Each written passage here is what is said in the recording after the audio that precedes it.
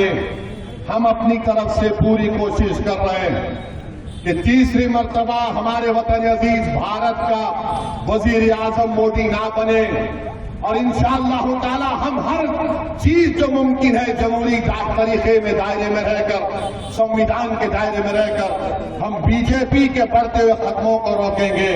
मगर बताओ मेरे भाई, अगर हम 3 सीट लड़ते हैं 2019 में तो मोदी 306 कैसे जीत गया? सोचो आप थोड़ी देर के लिए। 3 सीट मजलिस लड़ती है और पूरे देश में मोदी 306 जीत गया। बिहार के 40 सीट में सिर्फ 1 सीट बचा पाते, बाकी का सब एनडीए जीत जाती है।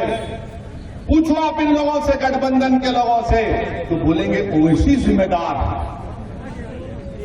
अब ऐसा हो गया कि अगर किसी गठबंधन के घर नेता के घर में अगर गाय भैंस है, सुबह में गाय भैंस ने दूध नहीं दिया, मुर्गा ने आवाज नहीं लगाई सुबह 4 बजे, तो कोई जाकर पूछेगा आज मुर्गा ने आवाज नहीं लगाई, भैंस ने दूध नहीं दिया, क्या वजह? तो बोलेगा ओवैसी गरगवा में आया था, यहां से गया है, इसीलिए भैंस ने कहा कि हम दूध नहीं देंगे।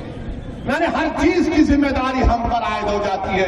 हमको इससे कोई फर्क नहीं पड़ता, क्योंकि हमारी इज्जत का देने वाला अगर आपके दरमियान में, इसलिए नहीं कह रहा हूं कि मुझे तुम्हारा वोट चाहिए, मैं इसलिए कह रहा हूं कि मैं एक दिन मरूंगा और मुझे कब्र में जाना है और दोबारा मुझे और तुमको उठाया जाएगा, और रब्बे करीम सबसे ज्यादा पूछेगा तो हम लोगों से कि बताओ तुमको हमने मुकाम दिया था तो तुमने क्या किया, क्या कहा।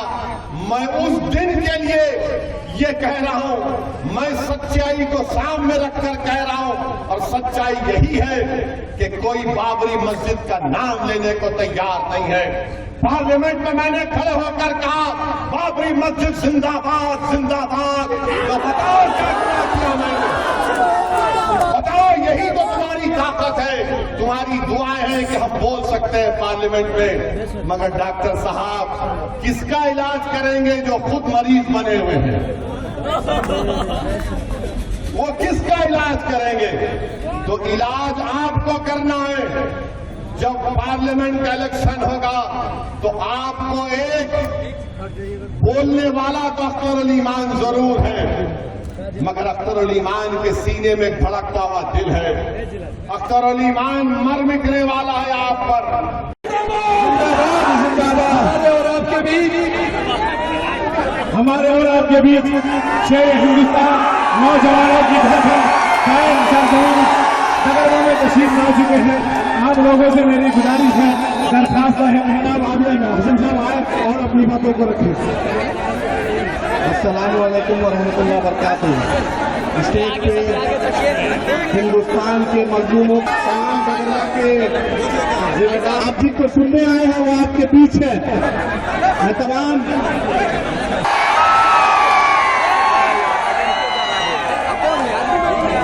आगे में क्यों जा रहा है? पीछे हाथ पीछे करेगा मैं यहाँ की यूनिट जो डगरवा की यूनिट का हम इस्तकबाल शुक्रिया अदा कर रहे हैं। मौलाना तनवीर साहब, सरफराज भाई, शमशेर भाई, शोएब साहब, गाही भाई, मदीन साहब, सर इधर देखिए, सरफराज साहब, तमाम पूर्णिया और डगरवा यूनिट का हम इस्तकबाल करते हैं। उनका शुक्रगुजार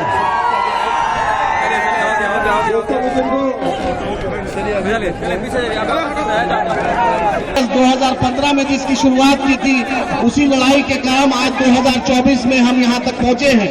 लोकसभा अनकरीब है, आपके बीच लोकसभा है, उसी के लिए आपका हरदिल अजीज लीडर अख्तर उल ईमान साहब आपके बीच है। हम आपसे यही गुजारिश कर रहे हैं कि आप अपने लीडर, अपने जो लगातार 75 साल से जिसने नाइंसाफी की है, उस लड़ाई को आप मजबूती दीजिए। बहुत बहुत शुक्रिया।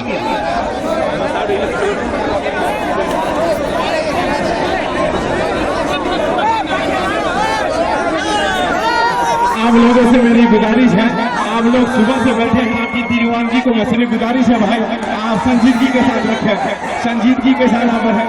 अब मैं बिहार के प्रभारी, मैं आज तुम्हारे दरमियान में खड़े होकर कह रहा हूं कि क्या लालू यादव ने आज नहीं कहा कि हमारे दरवाजे नीतीश के लिए खुले हैं? लालू जी, आपका घर तो खुल गया, अब कौन सा दरवाजा खोलेंगे नीतीश के लिए आप?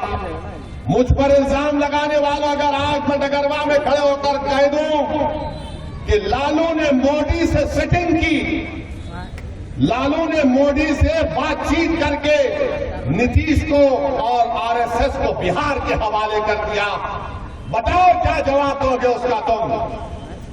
तुम समझते हो कि जबान सिर्फ तुम्हारे मुंह में है? अरे जबान तुम्हारे पास होगी जो बिखी हुई है। मगर मैं आज कह रहा हूं कि क्या तेजस्वी और लालू जिम्मेदार नहीं है बिहार में बीजेपी को लाने के लिए? बताओ आप। अगर हम चुनाव लड़े तो वैसी वोट काट रहा है। आप नीतीश को, एक बार नीतीश ने आपको धोखा दिया,